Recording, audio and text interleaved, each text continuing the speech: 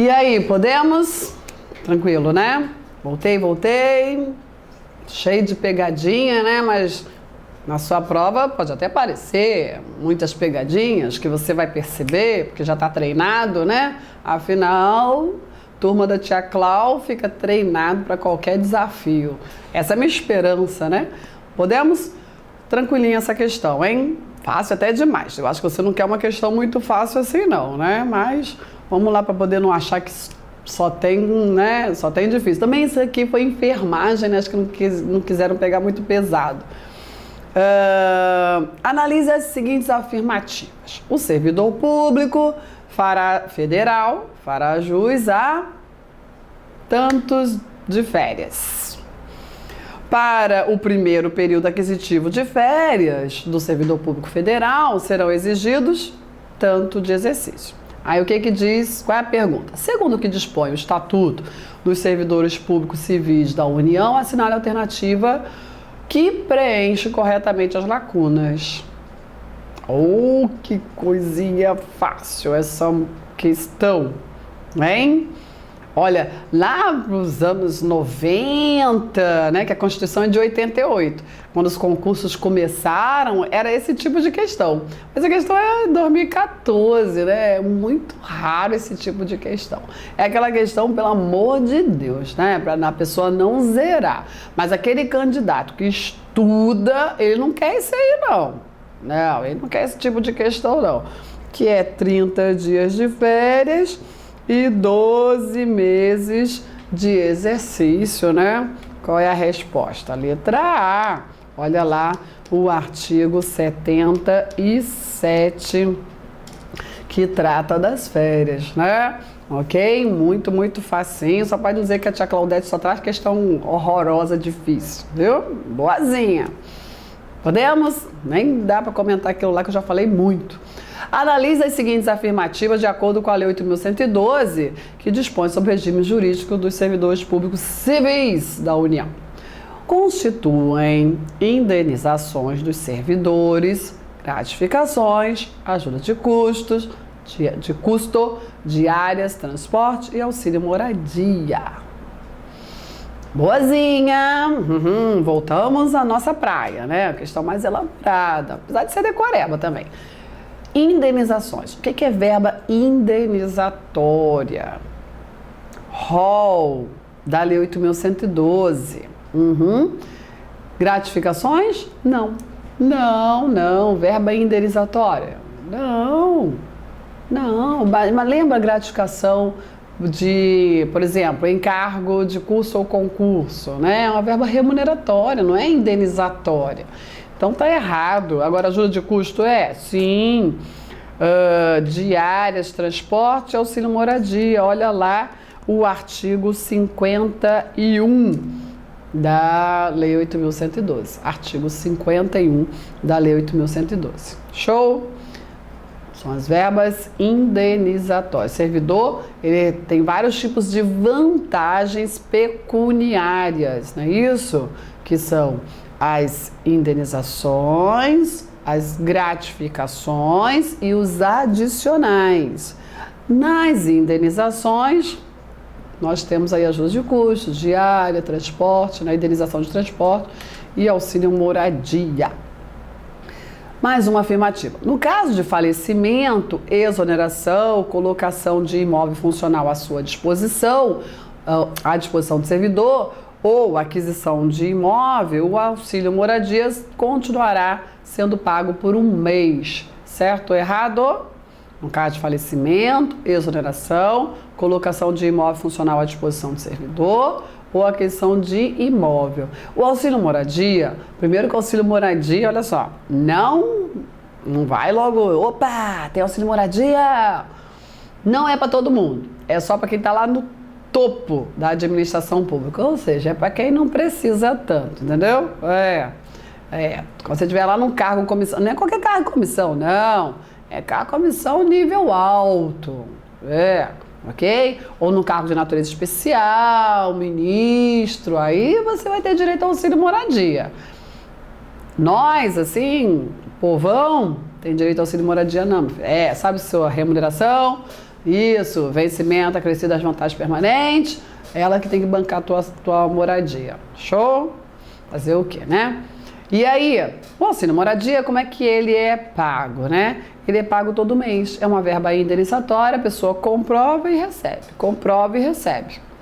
Adquirir um imóvel, ele tem um rol imenso de requisitos que são cumulativos. Cumulativos. Tem que preencher todos aqueles requisitos, ok? E a partir do momento que a pessoa tem um móvel funcional à sua disposição, né? Ou adquire um imóvel, não tem mais direito ao auxílio moradia. Aí, como ele comprova que pagou e recebe, lógico, ele vai sendo pago mês a mês. Comprovou aquele mês, recebe. Isso aqui está correto, está lá no artigo 60E. Não é a linha E, não, é 60E. Você sabe que a criatividade do legislador brasileiro, ele bota A, B, C, D, tem artigos que tem quase o alfabeto tudo. Ok? Certinho. O que mais? O servidor ficará obrigado a restituir a ajuda de custo quando injustificadamente não se apresentar na nova sede no prazo de 5 dias. Certo ou errado? Errado. Qual é o erro? O prazo não é de 5 dias, o prazo é de 30 dias. Olha lá o artigo 57. Essa afirmativa está errada, ok? Erradíssima. 30 dias. A ajuda de custo é para quê? A ajuda de custo é aquela verba indenizatória que vai ser devida ao servidor sempre que ele for removido compulsoriamente, hein? Cuidado com isso. Teve alteração recente nisso. Antigamente estava lacunoso se o servidor tinha direito à ajuda de custo na remoção a pedido, ok? Eu sempre entendi que era ex officio, só na remoção compulsória, entendeu? Você sabe o que é remoção, né? Remoção é o ato administrativo que importa na mudança de lotação do servidor. O que é lotação? Lotação é o local de trabalho do servidor. Então, o que é remoção para o servidor? É um ato do administrador, da chefia, da hierarquia, que tira ele do seu local de trabalho e coloca em outro. Às vezes, essa remoção importa, é tão distante, assim, a nova sede de trabalho do servidor, nova lotação do servidor, que ele precisa ir de mala e cuia, entendeu? Ele precisa mudar. E aí, quando isso acontece, quando a remoção é compulsória e ele vai para um local que importa na sua mudança de residência, de domicílio, aí ele tem direito à ajuda de custo, né? Ok? Para quê? Para ele mudar e se instalar. Esse é o objetivo da ajuda de custo. Recebe uma vez só, vai ficar recebendo ajuda de custo todo mês. Não ia ser auxílio moradia, entendeu? Então recebe uma vez só para mudar. Tudo bem? Só que somente na remoção ex officio, compulsória. Show? Bom, e aí quando ele recebe a ajuda de custo para mudar e não muda, tem 30 dias para devolver essa verba indenizatória que ele não aplicou. Ok? E aí, a 1 está errada, né? E a 3, o que está correto? Apenas a 2, apenas a afirmativa a 2. Mais uma questão, podemos? Olha lá. João, servidor público federal, regido pela Lei 8.112, pretende utilizar o seu direito de petição. Olha que show! Esse é um direito que a gente tem, uma garantia constitucional, o direito de pedir, né? Eu falo isso sempre para meus colegas. Pede, ué. Vai que. O não você já tem, certo? Vai que deixa, vai que dá um sim.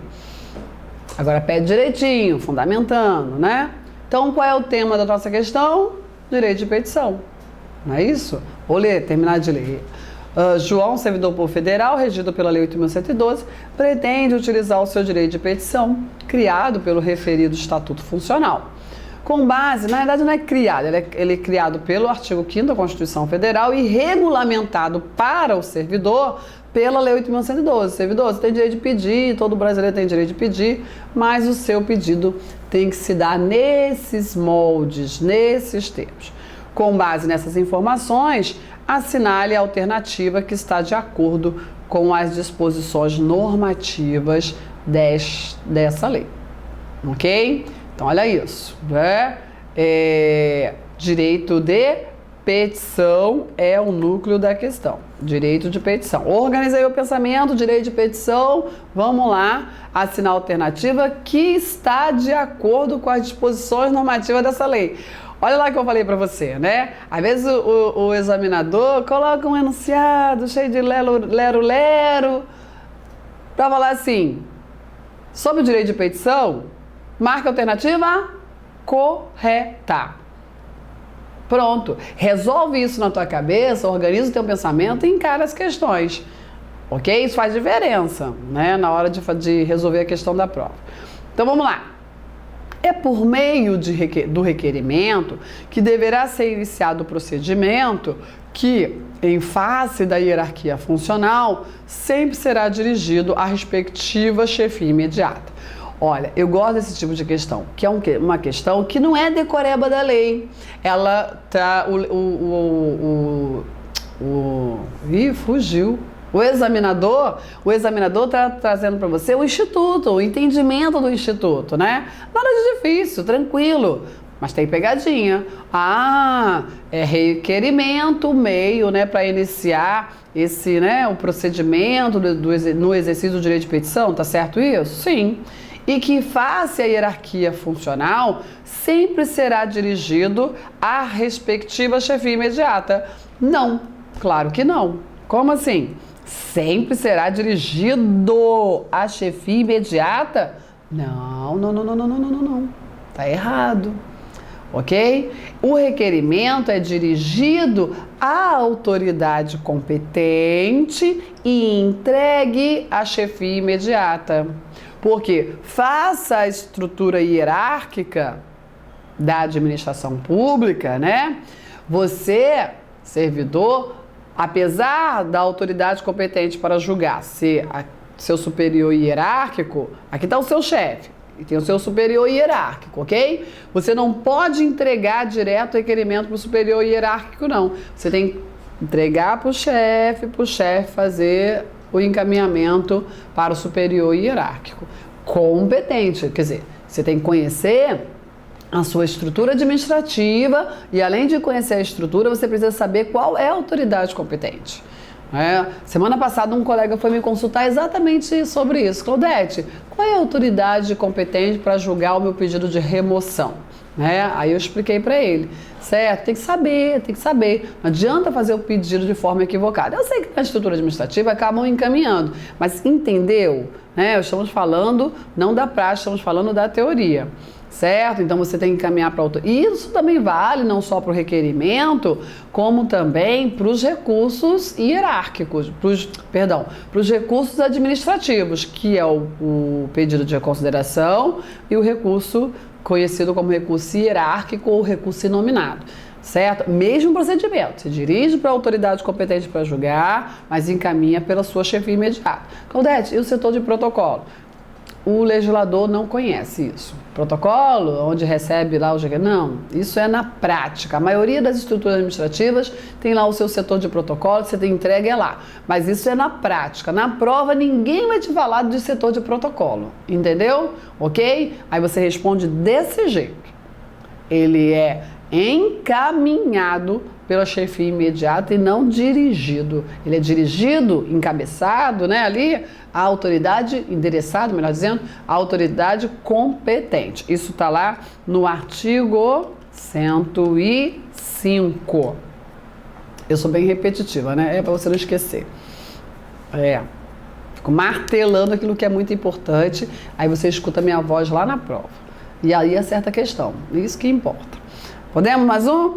B. Em caso de provimento do pedido de reconsideração ou do recurso que João apresentou em face da decisão que lhe foi desfavorável, os efeitos daquele provimento retroagirão à data do respectivo requerimento que deflagrou o seu exercício de direito de petição. Boa essa questão. Boa. Bem legal. Vamos lá. em caso de provimento do pedido de reconsideração ou do recurso, que são os recursos administrativos exercidos pelo servidor. O servidor, no exercício do seu direito de petição, existe não só o requerimento, mas também os recursos que o servidor pode dispor, né? Pode interpor. E quais são os dois recursos que o servidor tem direito a exercer? Pedido de reconsideração e recurso. Recurso hierárquico, recurso inominado, é a mesma coisa, né? Porque o legislador não deu nome, a doutrina costuma denominar recurso hierárquico, ok? E aí, esse recurso, um ou outro, uma vez provido, uma vez concedido, né? Ele, como não tem efeito suspensivo, ok? Como ele não tem efeito suspensivo, quer dizer, mesmo tendo recorrido, mesmo o servidor atacando a decisão, aquela decisão tem que ser cumprida. Exemplo, o servidor foi removido lá para o Oiapoque ou para o Chuí, né? E aí ele ingressa com um recurso. Ou ele fez um pedido, né? Aí ele fez um pedido para não ser removido, para ele voltar, sei lá. É porque também esse caso é fato, né? Ele não tem requerimento, ele ataca direto um ato através de recurso, também pode. Bom, é fato que, apesar dele estar atacando essa decisão, ele tem que cumprir. Ele tem que mudar, ele tem que ser removido, ele vai e cumpre. Mas se o seu pedido de recursal for deferido, se o seu recurso for provido, ele retroage em seus efeitos. É o famoso ex tunc, tudo retroage até a data do ato impugnado. Não é até a data do requerimento. Está errado dizer que é até a data do requerimento. Não, é até a data do ato impugnado. Isso aí está no parágrafo único, lá do artigo 109 da Lei 8.112. Ok? Interessante. Show. Muito legal essa questão. C. Ainda que prescrito o prazo para exercício do direito de João, deve a administração relevá-lo caso tenha constatado a prática de ato ilegal por agente público, uma vez que a autotutela administrativa exige a anulação dos atos ilegais. Isso aqui é complicadinho, mas olha só, vou ficar no que o legislador quer, no que o examinador quer, dentro da Lei 8.112. Porque tem a lei do processo administrativo, certo? Não é lá que nós vamos ficar aqui, senão a gente acaba desvirtuando a resposta que vai acabar dando no mesmo. Mas eu vou ficar, a minha análise vai se restringir à Lei 8.112, que é o nosso foco de estudo. Tudo bem? Autotutela administrativa, você sabe que pode, no exercício da autotutela administrativa, né, a administração revogar ou anular os seus atos. Certo? E aí, a Lei 8.112 também menciona isso, só que tem um porém. Pode a administração relevar o prazo prescrito? Não. Por quê? Porque a Lei 8.112, lá no artigo 112, determina que a prescrição é de ordem pública, não podendo ser relevada. Entendeu? Prazo prescricional. Não pode. Certo? Então é ali que ficou a questão. Então está errado dizer que ela deve relevá-lo, né? Que prescrito o prazo para o exercício, deve a administração relevá-lo.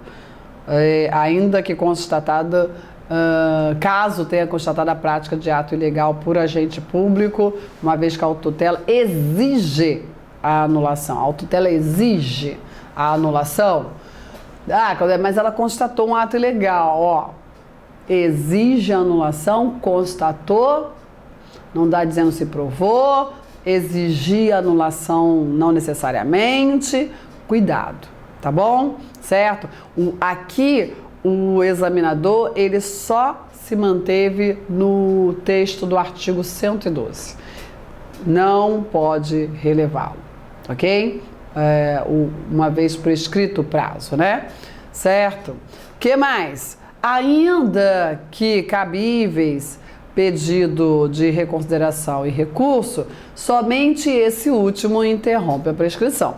Não. A prescrição, que é prescrição, né? A prescrição é um instituto jurídico que pune a demora, a inércia. Poxa, meu filho, ó, você tem direito, né, de pedir, mas tem um prazo, não pode ficar aqui esperando eternamente você pedir. Até para o quê? Para estabilizar a relação, né, as relações sociais. Não fica essa dúvida eterna se vai, se não vai acionar. Então tem que ter um prazo. Na Lei 8.112, existem 2 prazos prescricionais. Um prazo prescricional é dirigido ao servidor, no exercício do direito de petição. O outro prazo prescricional é dirigido ao administrador, no exercício do poder disciplinar, né? Lá na ação disciplinar, lá no processo administrativo disciplinar, ok? Bom, aí o que determina o legislador? Olha, a prescrição é um prazo, né? Um lapso temporal que, uma vez ultrapassado, não mais é pertinente, não é mais cabível o exercício do direito de petição. Esse lapso, né? Esse prazo são 2 prazos, 5 anos e 120 dias, e aí vai passando. Existem 2 institutos que interrompem esse prazo, que é o pedido de consideração e o recurso hierárquico. Ele interrompe tanto um quanto o outro. Não é somente o recurso que interrompe, ok? Não é somente o recurso. O pedido de consideração também interrompe a prescrição. Isso está lá no artigo 111 da Lei 8.112. Está errado dizer que somente o recurso que interrompe a prescrição. E letra E, né? A despeito de prescritível, o direito de requerer, uma vez configurada a força maior, passa a ser prorrogável, né? Que a força maior pode sim, configurada a força maior, pode sim o administrador prorrogar o prazo aí por conta de um evento de força maior, né? Algo que extrapole aí a vontade humana, certo? Tudo bem? Então é isso. Artigo 115 da Lei 8.112, resposta à letra E. Podemos? Mais uma questão? Vamos lá. Assinale a alternativa que apresenta uma hipótese que o Estatuto do Servidor Público Federal considera apenas para fins de aposentadoria e de disponibilidade. Ok? Então vamos lá. Esse texto aqui, essa redação não ficou muito boa, né? Assinale a alternativa que apresenta uma hipótese de afastamento que o Estatuto, que é afastamento do exercício do seu cargo efetivo, entendeu? Considera apenas para fins de aposentadoria e de disponibilidade. O que acontece? O servidor é exigido dele pelo legislador a assiduidade. O que é isso? Não pode faltar, né? Aí o legislador diz assim, servidor, olha só, não pode faltar. Não pode. Ok? É ilícito, viu? Não é assim? Aí, mas ele diz o seguinte, ó, mas apesar, né, de eu ser malvadão, falar que você não pode faltar, tem que trabalhar direto, eu te permito alguns afastamentos, licença, vou até te dar umas férias. Certo? É isso. E aí ele diz mais, olha só, mas tem uma coisa, hein? Voltei a ser malvado. Nem tudo que eu te permiti de afastamento eu vou considerar efetivo exercício. Alguns afastamentos, tá bom, você pode não trabalhar. Tá no lícito, não tá no ilícito, afastou o ilícito. Tá aqui, tá permitido, te permito não trabalhar, ok? Não desempenhar as atribuições do seu cargo. Mas cuidado, hein? Nem tudo que eu te permiti de afastamento eu vou considerar efetivo exercício. E o que você vai considerar, legislador, efetivo exercício? Eu vou escolher, eu vou dizer. Na Lei 8.112, está lá no rol do artigo 102. São os afastamentos considerados efetivo exercício para todos os efeitos. Ok? Todos os efeitos. Aí depois o legislador, o servidor assim, poxa, legislador, mas tem uns afastamentos aí que vai me prejudicar, sabe? Sabe onde? Na aposentadoria. Ah, é? Então tá bom. Vou fazer na aposentadoria e na disponibilidade, ou seja, na inatividade. Então tá bom. Vou também colocar alguns afastamentos lá no artigo 103, que eu vou considerar efetivo exercício somente para fins de aposentadoria e disponibilidade. Só para fins de aposentadoria e disponibilidade. Isso em 1990, né? Em 1998, a emenda constitucional número 20 muda o artigo 40, que trata da aposentadoria do servidor. Aí sofreu ali a alteração, essa história de tempo de serviço para fins de aposentadoria. Mas olha, não vale a pena entrar nesse mérito, não aqui, tá certo? Porque quando o legislador, quando o examinador traz esse tipo de pergunta, de acordo com o Estatuto Federal, ele não quer saber de alteração constitucional, entendeu? Então, deixa quieto, vamos embora responder de acordo com 103 da Lei 8.112, ok? Isso cai muito em prova. Os afastamentos considerados efetivo exercício para todos os efeitos e os afastamentos considerados efetivo exercício somente para fins de aposentadoria e disponibilidade. Entendeu isso? Ok? Bom, vamos lá. O exercício de cargo em comissão ou equivalente em órgão ou entidade dos poderes dos estados, municípios ou do Distrito Federal. Olha só, eu quero saber os afastamentos que contam só para fim de aposentadoria e disponibilidade. O afastamento para exercer outro cargo, claro que vai contar para todos os efeitos, né? Isso aqui é para todos os efeitos. Então, não é esse aqui é do 102, tá? Participação em programa de treinamento regularmente instituído em programa ou em programa de pós-graduação estrito sensu no país, conforme regulamento. Pô, vai estudar e tá se afastando para estudar porque a administração deixou. Vai contar só para fins de aposentadoria e disponibilidade? Não, isso aqui tá lá no 102 também. O tempo de serviço relativo a tiro de guerra. Tiro de guerra, isso é coisa antiga, né? Não, esse aqui é só para fins de aposentadoria e disponibilidade. Rol do 103. Rol taxativo do 103.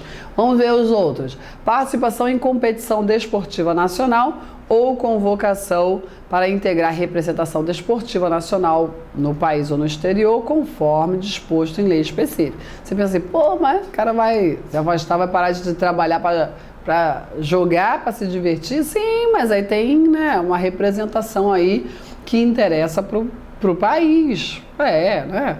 E aí, vale como efetivo exercício para todos os efeitos. Por quê? Porque o legislador disse que vale, que quer que seja assim, e acabou. Tem coisa que é assim, ok? O estudo no exterior, quando autorizado o afastamento conforme dispuser regulamento, claro, também. Porque se é autorizado o afastamento, se é autorizado é no interesse administrativo, ok? Então, sempre você perceber assim, autorizado, né, no interesse administrativo, cedido, vai valer como para todos os efeitos, para autorizar esse outro cargo, né? Vai valer para todos os efeitos, tem que ser, né? Tudo bem? O único detalhe que você tem que observar é que alguns afastamentos lá do 102, que valem para o afastamento que vale como efetivo exercício para todos os efeitos, por exemplo, o eletivo, né? O servidor que foi promovido, não, foi eleito, aí se afastou para exercer o mandato eletivo. Esse afastamento vale para todos os efeitos, salvo para promoção por merecimento. Então tem esse, né? Tem esse detalhe, tem esse ajuste que você tem que fazer. Tem que prestar atenção. Tem alguns poucos que só vale para todos os efeitos, salvo para promoção por merecimento, ok? Certo? Show? Então a resposta da questão, letra C. E aqui a gente encerra mais um bloco, ok? Nem castiguei muito nesse bloco, né? Tranquilo? Daqui a pouquinho tem mais desafios.